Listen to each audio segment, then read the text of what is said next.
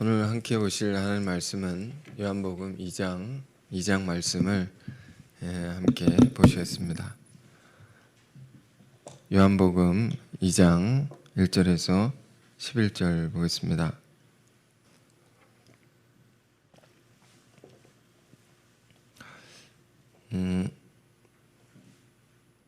제가 읽겠습니다. 사흘째 되던 날 갈릴리 가나에 혼례가 있어 예수의 어머니도 거기 계시고 예수와 그 제자들도 혼례의 청함을 받았더니 포도주가 떨어진지라. 예수의 어머니가 예수에게 이르되 저들에게 포도주가 없다 하니 예수께서 이르시되 여자여 나와 무슨 상관이 있나이까? 내 때가 아직 이르지 아니하였나이다. 그의 어머니가 하인들에게 이르되 너에게 무슨 말씀을 하시든지 그대로 하라 하니라. 거기에 유대인의 정결 예식을 따라 두세 통 드는 돌 항아리 6이 놓였는지라. 예수께서 그들에게 이르시되 항아리에 물을 채우라 하신즉 아귀까지 채우니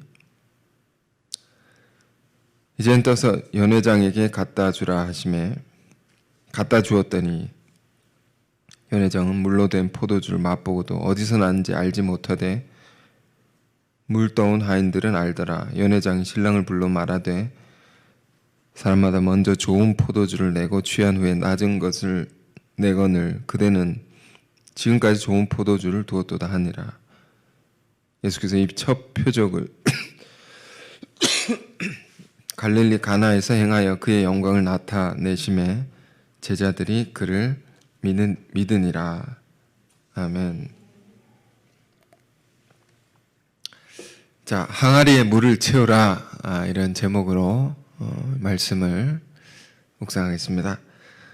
이 말씀은 우리가 너무도 많이 보았고 또 이렇게 잘 아는 말씀이지만 요즘 들어서 이 말씀이 주는 메시지가 너무 귀하고 우리가 꼭 붙들고 살아야겠다는 생각이 듭니다.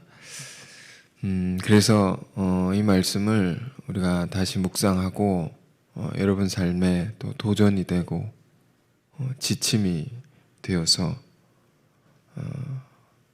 여러분 삶이 주의 은혜와 복을 받는 귀한 삶이 되기를 바랍니다. 자, 가나의 혼인잔치에서 일어난 기적의 사건이죠. 요한복음에는 총 7개의 기적의 사건이 기록되어 있습니다. 7개의 기적의 사건들을 우리가 하나하나 자세히 보면 좋은데요.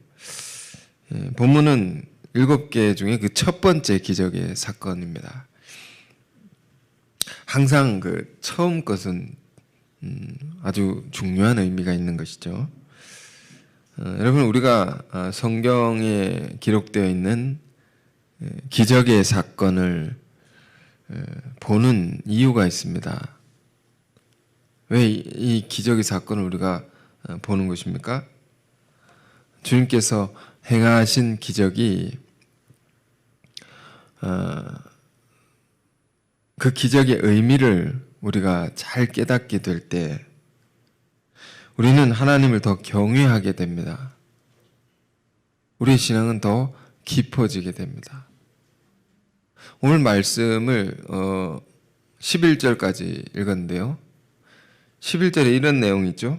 예수께서 첫 표적을 갈릴리 가나에서 행하여 그의 영광을 나타내시매 제자들이 그를 믿으니라.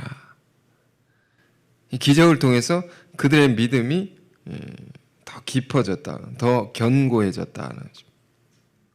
우리 안에도 이런 일들이 일어나기를 원합니다.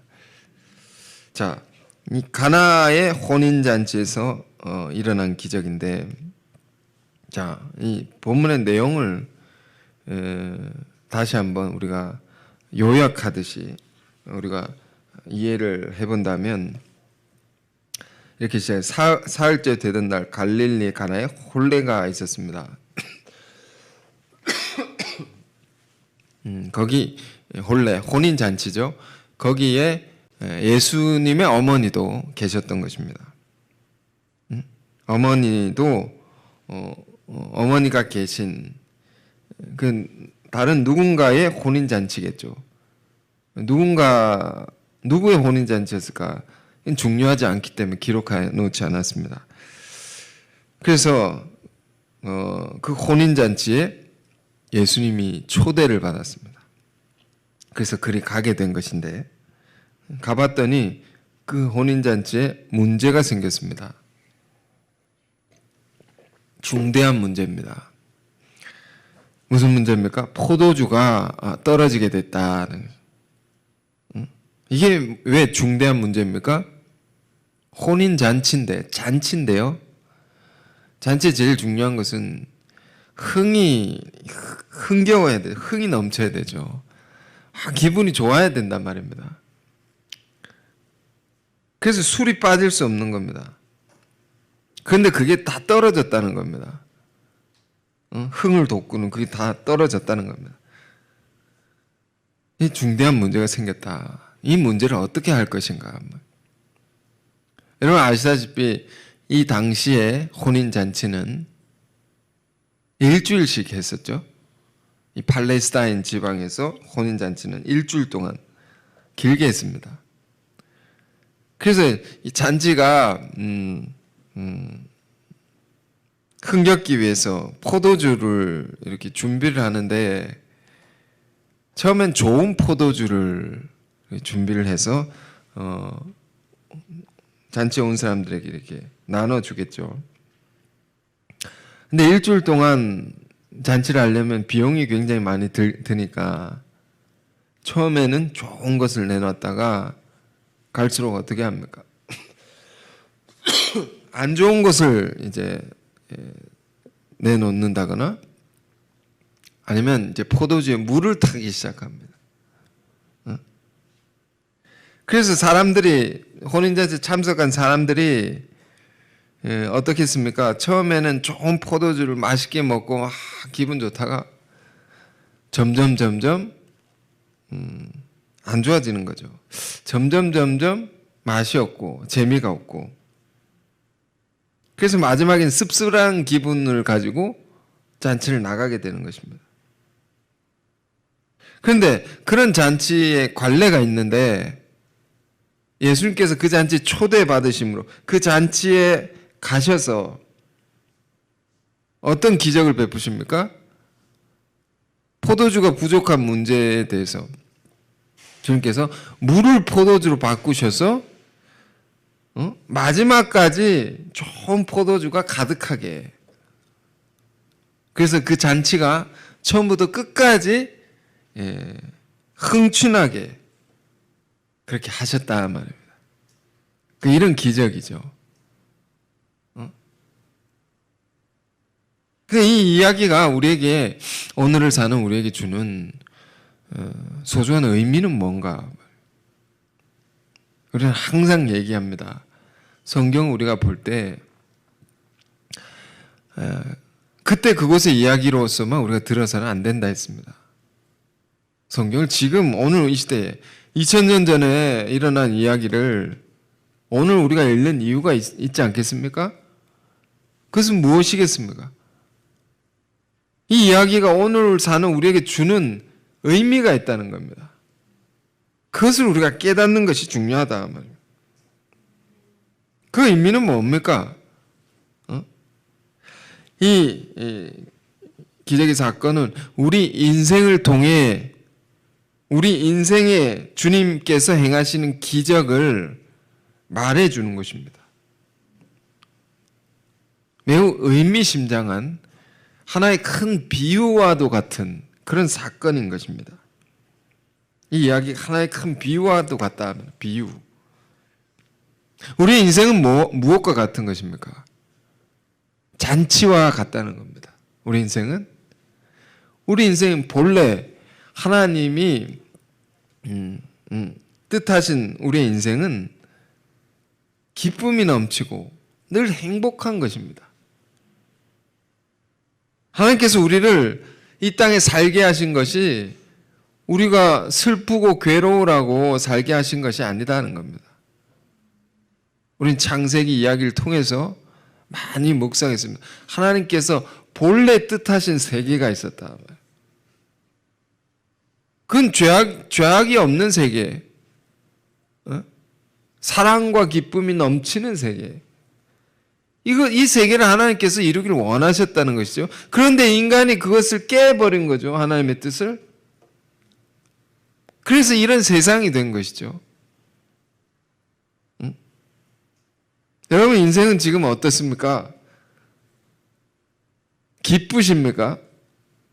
슬프십니까? 기쁘지 않으시다면 오늘 이 말씀을 다시 한번 생각해 보길 원합니다. 여러분 인생이 괴롭다면 다시 한번 이 말씀을 우리는 묵상해야 됩니다. 그건 하나님의 뜻이 아니다 말입니다. 우리를 사랑하시는 하나님은 우리가 정말로 기쁘고 행복하게 살기를 바라신다는 겁니다.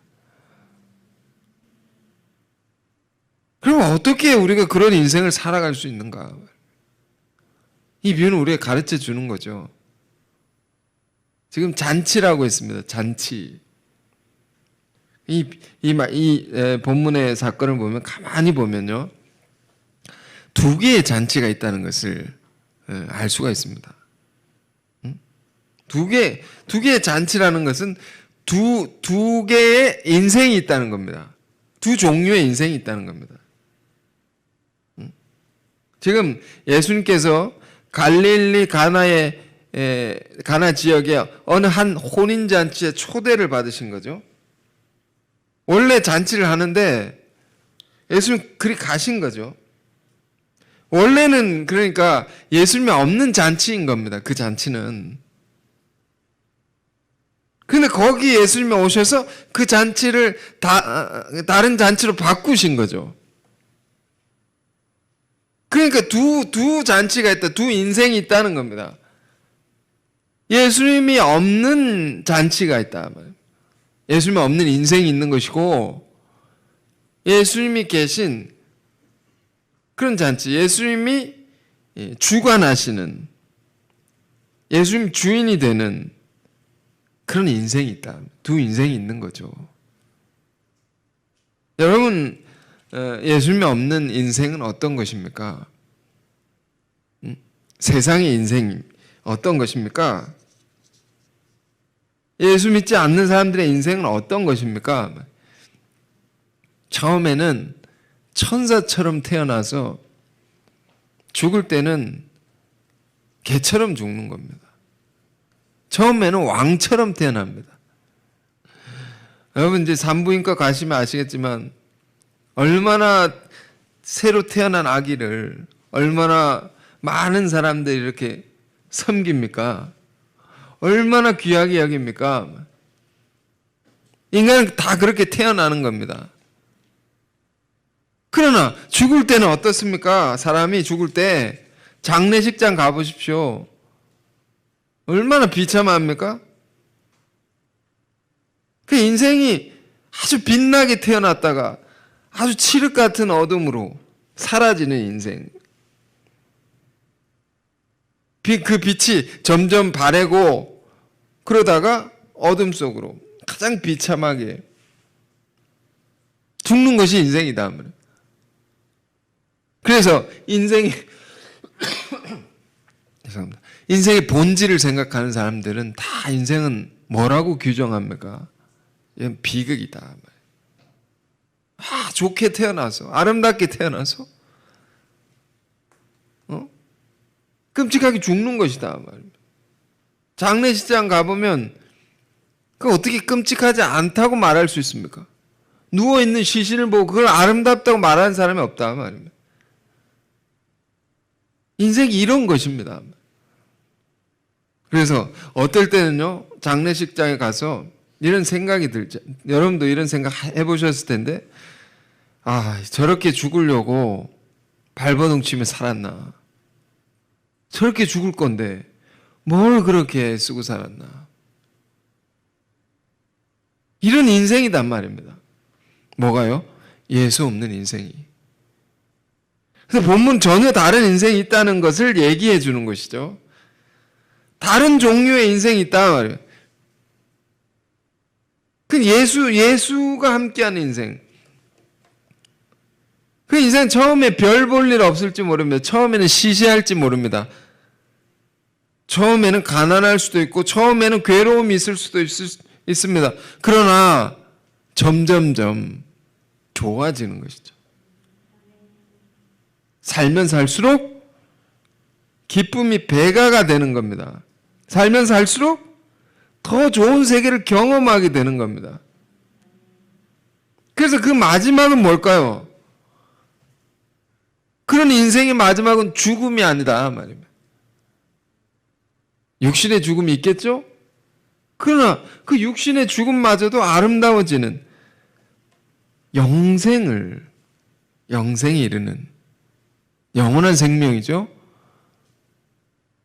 그런 인생도 있다는 겁니다. 그래서 예수 믿는 사람들의 장례식은 이렇게 환송 예배, 잘 가시라고 기뻐하며 찬양하며 임종을 이제 하는 거죠. 부활절 때 늘 보는 말씀 하나가 있습니다. 요한복음 11장 25절 26절인데요. 나는 부활의 생명이 나를 믿는 자는 죽어도 살겠고, 나를 믿는 자는 예수님이죠. 믿는 자 죽어도 살겠고 살아서 믿는 자는 영원히 죽지 아니하리니. 이것을 네가 믿느냐? 영원히 죽지 않는다. 부활과 영생, 이것이 기독교 가르침의 핵심입니다. 핵심. 다시 사는 것과 영원히 사는 것은, 이것이 우리 가르침의 핵심입니다. 우리가 예수를 믿는다는 것은 영생의 소망을 가지고 사는 것입니다. 이 소망이 우리 안에 있는 겁니다. 우리 인생의 끝은 영생이다 말입니다.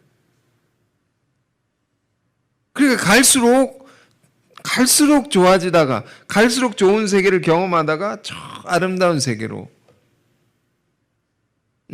황천길이 아니라 유리바다를 쫙 건너가지고 천국에 들어가는 거죠. 놀라운 은혜와 평강의 그 세계 속에 우린 들어가는 겁니다. 이것이 우리 인생의 결말인 겁니다. 그리고 우리 인생을 생각해보자 말이에요. 그래서 나이가 먹을수록, 나이가 들수록 이 말씀이 더 우리는 깊이 와닿는 겁니다. 우리 인생은 지금 갈수록 좋아지고 있습니까? 갈수록 흥이 납니까? 기쁨이 넘칩니까? 커집니까? 그런 인생 우리가 살고 있습니까? 우리가 예수를 정말로 믿고 살면, 정말로 믿고 산다는 게 뭘까요? 오늘 말씀을 보면 내 인생의 주인이, 그 잔치의 주인이 예수님이 되는 겁니다. 정말로 믿고 사는 것은. 예수님이 명령하면 그걸 따르는 겁니다. 주인이 된다는 것은. 그분의 뜻대로 사는 것이죠. 그분의 말씀대로 사는 것이죠. 그럼 그 인생이 힘든 것이 아니라 갈수록 좋아진다는 겁니다. 잠시 잠깐 우리는 힘들 수 있습니다. 예수를 믿어도 어려움이 왜 없겠습니까? 괴로움이 왜 없겠습니까? 그러나 잠시 잠깐 그럴 수 있다 말이에요. 그러나 그 괴로움조차도 더 큰 위로와 더 큰 기쁨을 주기 위한 괴로움이 되는 겁니다. 로마서 5장에 바울은 말했습니다. 믿는 자에게 환난이 있다. 그런데 환난 중에 즐거워할 수 있는 특권이 있는데, 왜냐하면 그 이유에 대해서 설명합니다. 믿는 자들 안에 환난은 우리를 인내하게 하고 그 인내를 통해서 우리를 연단시킨다, 훈련시킨다는 겁니다. 그 훈련의 과정 뒤에 결국에는 소망을 이루는 줄을 알기 때문에 우리는 어려움이 와도 즐거워한단 말이에요. 그래서 더 좋은 세계로 가는 것이죠. 우리 인생이 10년 전과 지금을 우리가 여러분 비교해 보십시오. 예수 믿고 나서 10년 전 어땠습니까? 10년 전에 오늘의 10년 전에 나와 오늘의 나, 10년 전에 우리의 교회와 오늘의 우리의 교회를 생각해 보십시오. 그 10년 전에 우리 교회가 어땠습니까? 아무것도 없었습니다. 10년 전 생각해 보십시오. 아무것도 없었습니다. 정말로 오랫동안 지하 생활을 했었죠. 다 교회들이 지하에 있었습니다. 그런데 지금 비교할 수 없는 놀라운 세계를 우리는 누리고 있는 겁니다. 우리는 모르는 사이에 이렇게 확 바뀌어진 것입니다. 큰 변화가 우리 안에 일어난 것입니다. 우리 이것을 모르고 살 때가 너무 많습니다. 여러분 지체 한 분 한 분도 많이 바뀌었습니다. 굉장히 성숙했습니다. 은혜가 깊어져 있습니다. 지체 한 분 한 분의 삶도 많이 좋아졌습니다. 그렇죠? 하는 일들도 굉장히 숙련도가 이렇게 깊어져가지고 요즘에 하는 일들이 다 전문가 같습니다. 정말로. 옛날엔 정말 모든 게 어설프고 투박하고 그랬는데 다 하나님께서 훈련을 시켜가지고 다 좋아졌죠. 모든 게 좋아진 것입니다. 이것은 무엇 때문인 것인가 말이에요. 우리가 예수를 믿고 살아서 그런 겁니다. 우리는 부족하지만 예수님이 주신 말씀을 우리가 따라서 살려고 애를 썼기 때문입니다. 그래서 우리 인생이 이렇게 바뀌는 겁니다. 이것이 본문의 기적이 우리에게 가르쳐 주는 핵심적인 메시지인 겁니다. 우리 인생에 기적을 원하죠. 뭐 대단한 기적을 원하지 않더라도 우리 인생 바뀌길 원합니다. 좀 더 나은 세계로, 좀 더 좋은 세계로. 어떻게 일어나느냐 말입니다. 그걸 우리가 알고 싶다는 겁니다. 5절입니다. 5절. 예수님께서 이렇게 말해요. 그의 어머니가 하인들에게 이르되 너에게 무슨 말씀을 하시든지 그대로 하라. 하인들에게 한 말입니다. 하인들은 종을 말한 거죠. 종은 주인이 시키는 그대로 하는 사람들이다. 그대로 하라. 예수의 말씀 그대로 하라. 로마서 1장에 요즘 로마서 공부를 우리가 많이 하는데요.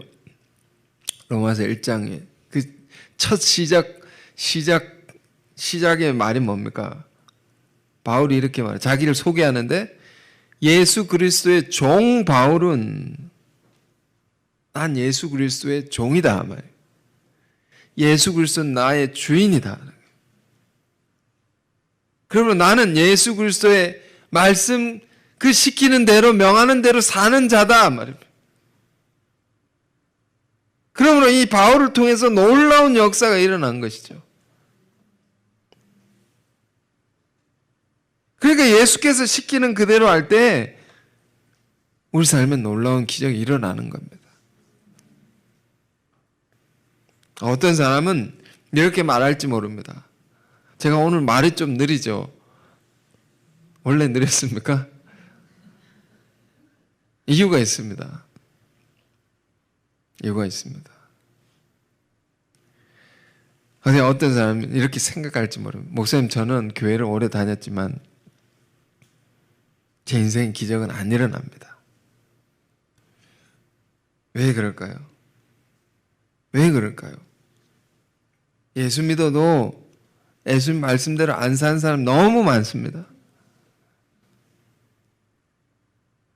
믿는데 뭘 믿느냐 말이에요. 뭘 믿는지 모르겠고 말씀대로 안 산다 말입니다. 예수님 주인이 안 된 거죠. 로마서 2장에 이런 말씀이 있습니다. 무릇 표면적 유대인이 유대인이 아니요 이면적 유대인이 유대인이니.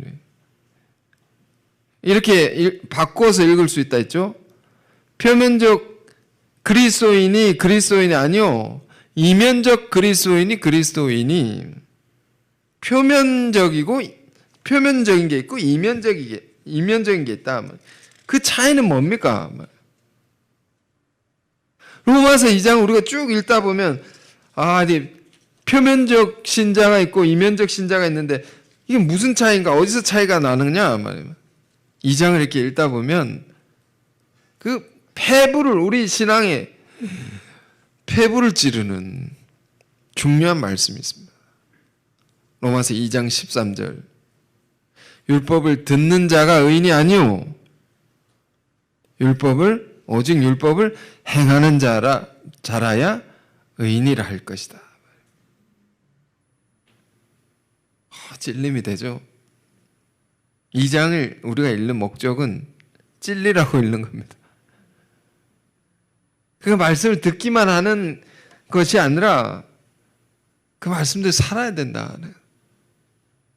그게 쉽지 않은 일일 수 있습니다. 왜냐하면 우리가 죄인들이기 때문에 죄에 찌들어 있는 배어 있는 것이 있기 때문에 말씀대로 살기 어려운 것입니다. 그만큼 우리가 죄인이라는 겁니다. 그렇지만 그 말씀대로 살려고 해야지 우리 인생이 바뀔 수 있는 겁니다. 전혀 새로워질 수 있는 겁니다. 이 말씀이 늘 도전이 돼야 되고 우리 신앙의 경고가 돼야 된다. 응? 말씀을 다 들어서 아는 게 있습니다. 우리가. 그런데 그렇게 살지 않으면 꼭 우리가 이해하기 쉽게 그런 신앙의 모습을 어떻게 표현할 수 있습니까? 가분수라고 하죠. 가분수. 머리가 이렇게 큰데 몸은 요만한 사람. 그런 모습이 우리의 신앙의 현 주소일 수 있다. 그런데 오늘 본문의 기적을 봅시다. 이 사건 속에는 하인들이 예수님이 하시는 말씀 그대로 했다 말입니다. 시키는 그대로 했다는 겁니다. 근데 그 하인들이 그대로 했던 주님의 말씀은 뭐냐라는 거예요. 7절에입니다. 7절? 2장 7절. 예수께서 그들에게 이르시되 항아리에 물을 채우라 하신즉 아귀까지 채우니.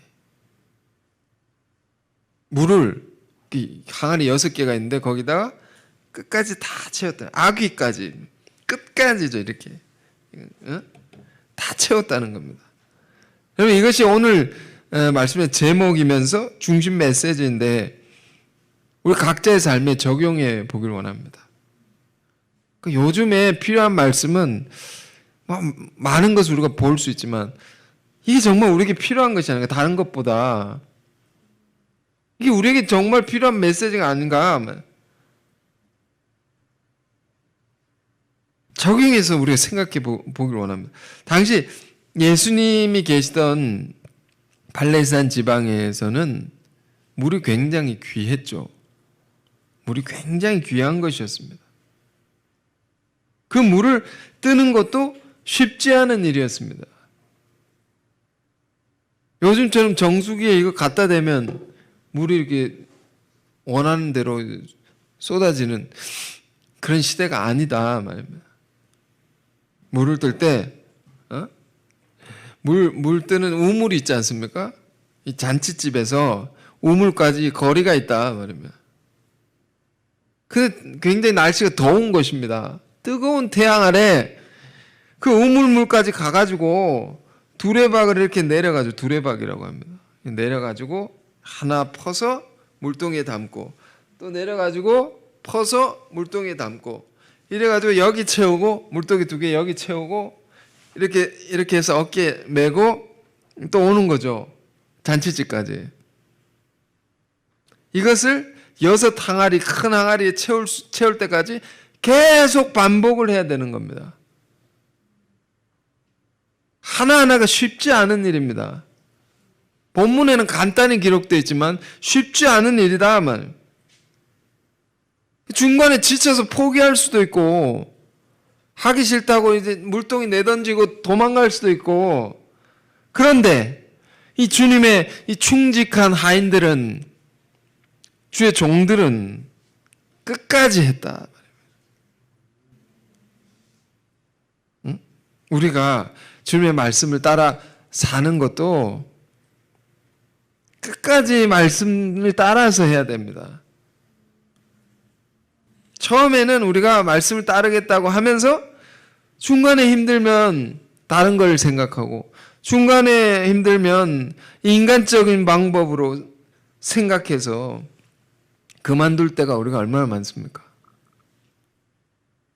갈라디아서 3장 3절에 이런 말씀이 있습니다. 너희가 성령으로 시작하였다가 이제는 육체로 마치겠느냐? 바울이 갈라디아에 있는 교우들에게, 교인들에게 말한 겁니다. 너희가 처음에는 막 은혜가 충만해서 살다가 육체가 됐다는 것은 하나님의 영이 다 소멸한 상태, 응? 다 인간적인 것만 남아가지고, 응? 오늘 본문에 포도주가 떨어지듯이 은혜가 다 떨어져가지고 세상적인 방식으로 믿는 사람들이 그렇게 사는 겁니다. 다 인간적으로 모든 걸 바라보고 그렇게 살게 되었다는 겁니다. 너무 안타까워서 너희가 어떻게 그럴 수 있느냐? 처음엔 좋았다가 성령으로 막 은혜가 충만하다가 마지막에 정말 이상해지는 변질이죠, 변질. 너희가 어떻게 그렇게 될 수가 있느냐? 그러므로 우리는 어떻게 해야 됩니까? 날마다 성령을 구해야 됩니다. 우리 날마다 주의 은혜를 사모하고 그 은혜를 공급받아서 살아야 된다 하면, 그래야지 내 힘으로 인간적인 방식으로 안 살고 끝까지 은혜로 살 수 있는 겁니다. 변질이 안 되고, 우리 신앙의 제일 무서운 것은 변질이라고 있습니다. 사람이 바뀌는 겁니다. 원래 안 그랬는데 초심을 잃어버리는 겁니다. 이것이 제일 문제다 말입니다. 응? 은혜가 이렇게 우리가 많을 때는요, 성령이 이제 우리 안에 가득할 때는, 하나님 말씀이 우리 안에 가득할 때는 어려움이 생기면 어떻습니까? 이것은 신앙의 문제다. 우리가 더 하나님께 간구하지 않고 우리의 믿음이 부족한 문제다. 돈 문제가 아니다 이렇게 생각합니다. 그래서 신앙적인 방법으로 그걸 뚫어내려고 우리가 막 이렇게 노력을 하죠. 그런데 이제 은혜를 점점 소멸하기 시작합니다. 점점점. 그러면 사람이 어떻게 됩니까? 이렇게 말하면 신앙도 좋은데 결국에는 돈 문제가 아니냐 이렇게 말합니다. 말이 신앙도 좋은데 현실적인 게 또 있지 않느냐. 이 말이 맞는 것 같은데 성령을 소멸한 것입니다. 현실적인 문제를 우리가 등한시하고 우리가 살자는 얘기가 아닙니다. 그 문제를 바라보는 관점이 달라지는 것입니다.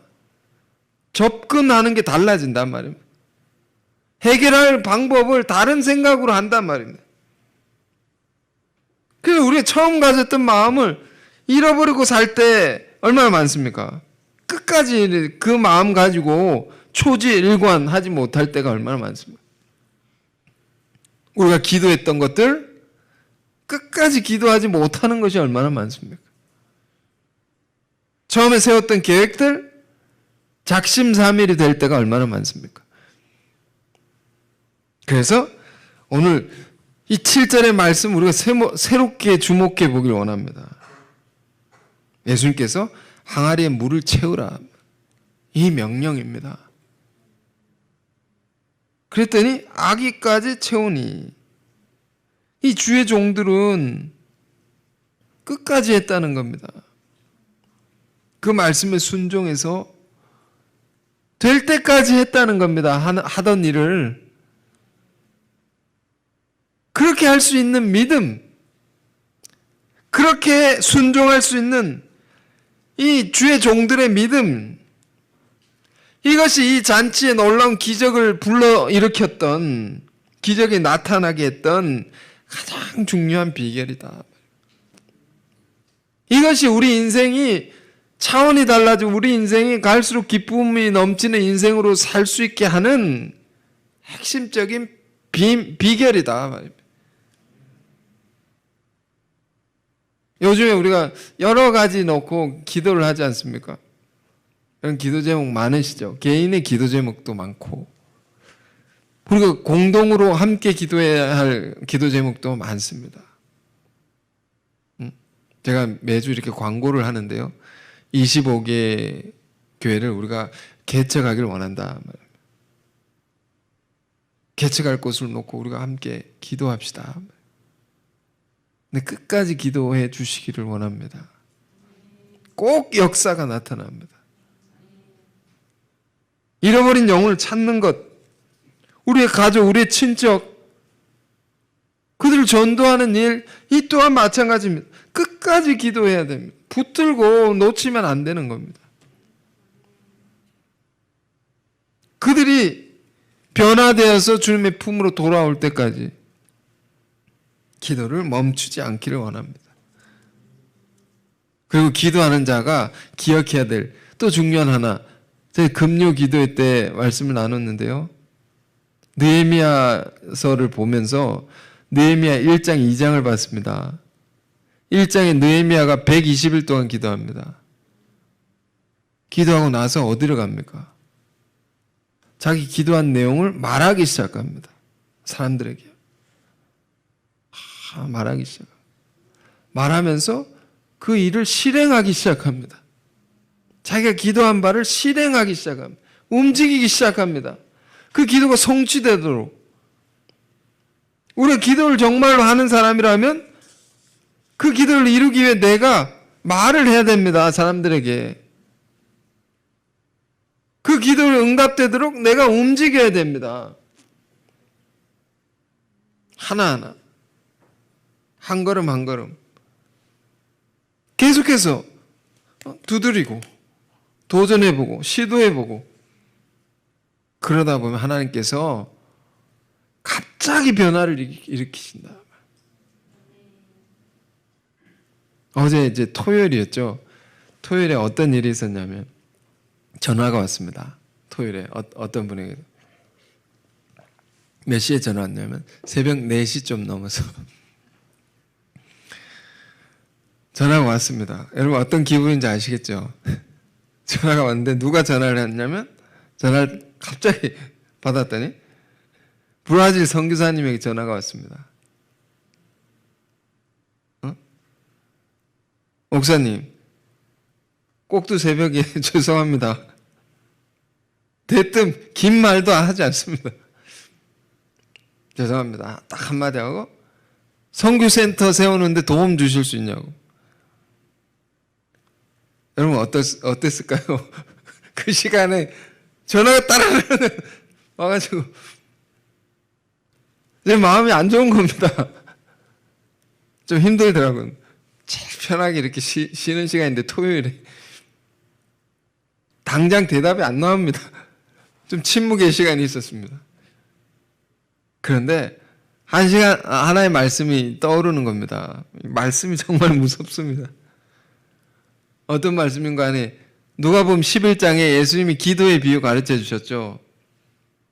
응? 막 밤중에 와가지고 사람들 다 자는데 문을 막 두드려가지고 떡 좀 주세요. 떡 좀. 배고픈 사람 먹이려고 떡 주려는데 떡 좀 달라고 당당하게 와가지고 막 문을 두드리고 그래 문 열어준 사람이 왜 나를 괴롭게 하느냐. 괴로워 죽겠는데 이 시간에 다 잠든데 누가 전화하냐고. 이런 심정이 이 심정이 다가오더라고 이번에는. 근데 이 말씀이 말씀이 무섭구나. 오죽하면 이 시간에 전화를 주셨겠나. 예, 알겠습니다 하고 대답을 했습니다. 대답하고 그날 아침에 소식이 왔습니다. 잘 마무리됐습니다.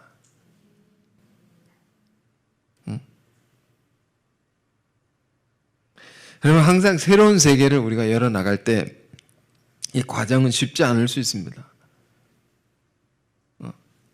하인들이 항아리에 물을 채우는 것처럼 쉽지 않은 것이 있습니다. 그런데 이것이 꾸준히 해나가면요, 놓치지 않고 해야 될 것을 끈질기게 해나가면, 끝까지 해나가면 어느 순간 꼭 바뀌는 때를 주시는 겁니다. 완전히 달라지는 때가, 지금 물이 포도주로 변한 사건이죠. 물질이 완전히 다른 물질이 된 것이죠. 이걸 전환이라고 합니다. 질적인 전환이라고 합니다. 여러분 인생에 이런 경험을 주실 때가 있다. 어떻게 하면? 끝까지 하면. 그래서 본문의 말씀이 이렇게 되어 있습니다. 7절. 예수께서 그들에게 이르시되 항아리에 물을 채우라 하신즉 아귀까지 채우니 다 채웠습니다. 그랬더니 어떤 일이 일어났냐. 이제는 떠서 연회장에 갖다 주라 하시매 갖다 주었더니, 연회장은요 누굽니까? 그 잔치의 관리자죠. 관리자. 근데 이제 명목상 관리자입니다. 명목상 주인인 겁니다. 진짜 주인은 누굽니까? 예수님이시죠. 왜 예수님이 진짜 주인입니까? 이 잔치에 문제가 있었다. 중요한 문제가 있었다. 포도주가 모자란지라. 그 잔치의 문제를 담당하고 책임지시니까 그가 주인이죠. 진짜 주인은 책임지는 사람입니다. 요한복음 10장에는 예수님께서 목자와 삭군을 대비해서 중요한 말씀을 해주셨는데, 요한복음 10장에 진짜 목자가 있고 돈 주고 고용한 목자가 있단 말입니다. 이 차이가 뭐냐? 그것은 목자는 양을 치는 사람인데, 이리가 오게 되면, 어려움이 오게 되면 진짜 목자는 목숨을 걸고 양들을 친다는 겁니다. 지킨다는 겁니다. 책임지는 것이죠. 근데 고용된 목자, 삭군은 어떻습니까? 어려움이 오면 에라 모르겠다. 양들을 내다 버리고 도망가는 겁니다. 나는 고용된 사람이라고. 나는 월급 받고 일만 하는 사람이라고. 문제가 있든 없든 내 알 바 아닌 겁니다. 나는 내 월급만 받으면 된다. 이게 삭군이라는 겁니다. 지금 연회장이 그렇습니다. 잔치에 포도주가 모자라는데, 이게 중대한 문제가 일어났는데 해결할 생각이 없는 겁니다. 주님은 이걸 해결하시죠. 책임지고 담당하신다 말입니다. 그 종들 시켜서 이 문제를, 종들 시켜서 항아리에 물을 채워서 다 해라고. 하나하나. 그래 갖다 주었더니 9절에 이렇게 말합니다. 연회장은 물로 된 포도주를 맛보고서도 어디서 났는지 알지 못하되, 모르는 겁니다. 이런 기적이 어떻게 일어났는지를 모르는 겁니다.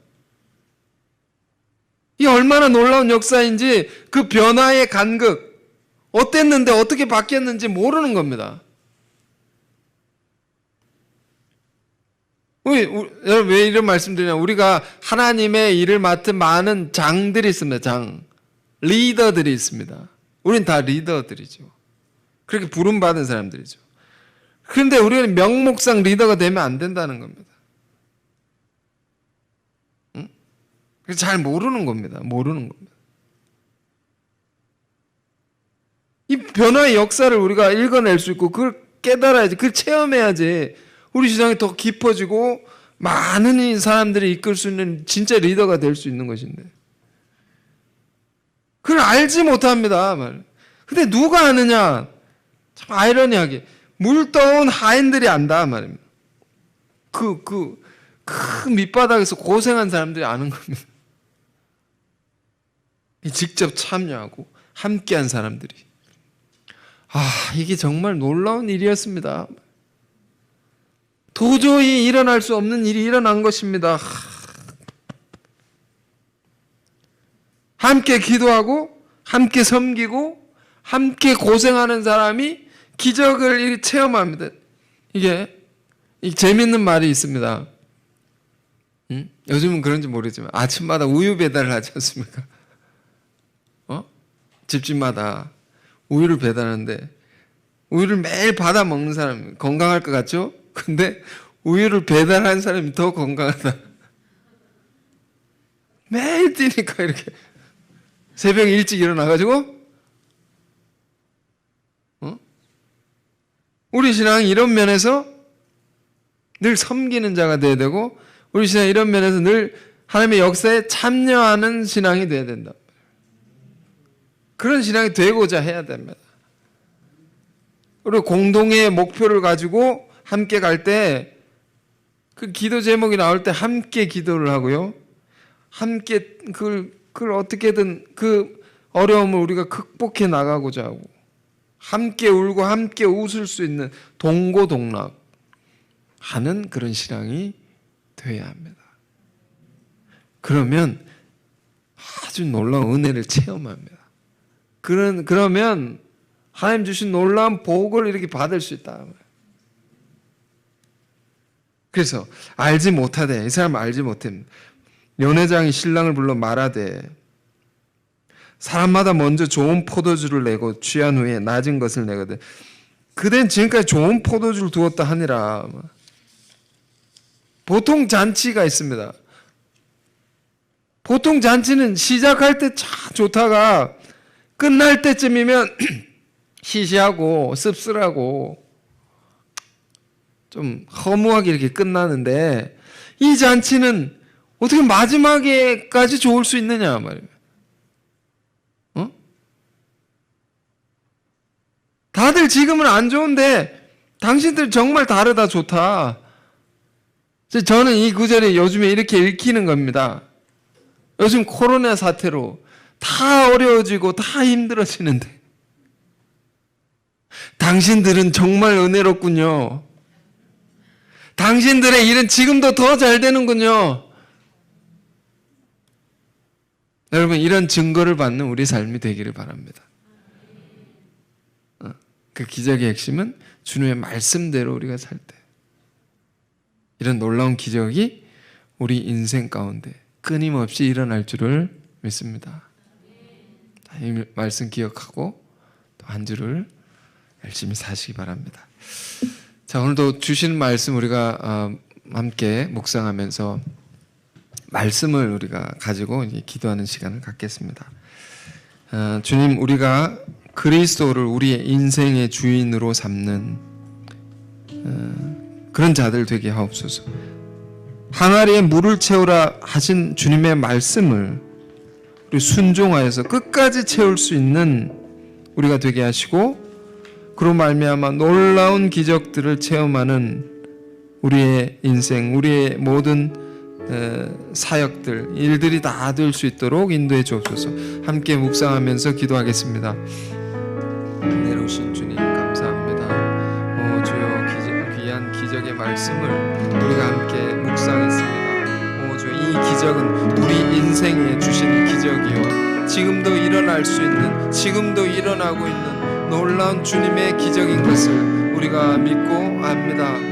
주님, 우리가 성령으로 시작했다가 육체로 마치는 자와 같이 우리가 하던 기도하는 것을 아버지 멈추지 않게 하시고 주님의 뜻을 쫓아 행하던 일들을 우리가 멈추지 않게 하시고 끝까지 행하게 하옵소서. 묵묵히 아버지 우리가 어려움이 있어도 묵묵히 주님 바라보면서 주님 말씀 의지하여 순종하여 우리가 주신 말씀대로만 살아갈 수 있도록 아버지 우리가 그런 우리 귀한 주의 종들이 다 되게 하옵소서.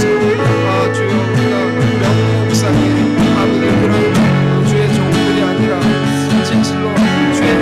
참여하고 주의 역사에 동참하고 그것을 함께 우리가 그 문제를 붙들고 함께 기도하며 함께 우리가 일하며 함께 땀 흘리며 함께 우리가 아버지 우리가 그 일을 이루기 위해서 그 역사를 이루기 위해서 힘쓰는 아버지 우리의 주의 종들이 우리가 다 되게 하여 주옵소서.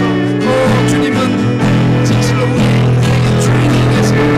우리 인생을 책임지시고 우리의 사역을 책임지시고 우리 삶의 모든 문제를 책임지시고 우리를 이끄시는 분이시오니 우리도 그런 주님을 닮아서 아버지 모든 주의 역사 가운데 아버지 모든 것을 책임지고 감당하고 우리가 적극적으로 섬기며 아버지 헌신하며 희생하며 우리가 이 길을 따라갈 수 있도록 주님 인도해 주옵소서. 주여 우리 안에 아버지 지친 마음이 있습니까? 우리 안에 하다가 그만둔 일들이 있습니까? 다시금 그것을 부여잡게 하시고 붙들게 하시고 아버지 시작한 선한 뜻으로 시작한 모든 일들을 우리가 끝까지 우리가 행할 수 있도록 아버지 믿음을 더하여 주옵소서. 은혜를 더하여 주옵소서. 아버지 이것을 통해서 우리 인생이 바뀌고 이것을 통해서 주님의 깊은 은혜를 깨닫고 이것을 통해서 우리의 삶이 날마다 기적을 체험하는 놀라운 역사가 일어나길 원합니다. 주여 우리 10년을 돌아볼 때 이전과 지금이 너무도 다르고 하나님께서 이끄셨던 놀라운 기적의 역사들을 우리가 또 잊고 살지는 않는지 돌아보게 하시고 진실로 우리가 다른 무엇으로 살지 않기를 원합니다. 주의 은혜로 주의 말씀으로 우리가 살기를 원하오니 주여 우리의 생각과 마음을 붙들어 주시고 주여 시작하는 끝까지 행하게 하옵소서. 끝까지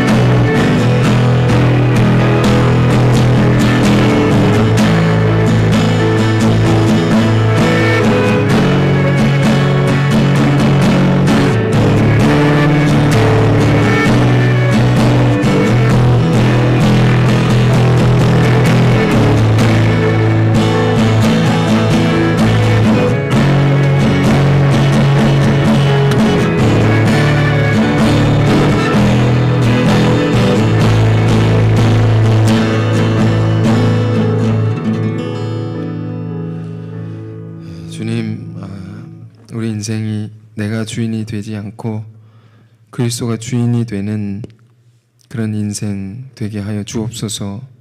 주님이 무슨 말씀을 하시든지 우리가 따를 수 있는 그 믿음 주옵소서. 항아리에 물을 채우라 하셨습니다. 그 명령을 쫓아 우리가 기도한 것, 기도를 시작한 것 끝까지 기도하게 하시고 우리가 계획한 모든 일들 성취할 때까지 끝까지 우리가 행할 수 있게 인도해 주옵소서. 우리의 신앙이 또한 늘 그 역사에 참여하는 자가 되게 하셔서 놀라운 기적의 역사를 체험하고 목도하고 그 안에 부어주신 놀라운 은혜와 복을 다 받을 수 있는 주님의 충직한 종들이, 일꾼들이 다 되게 하여 주옵소서. 예수 그리스도 이름으로 기도했습니다. 아멘.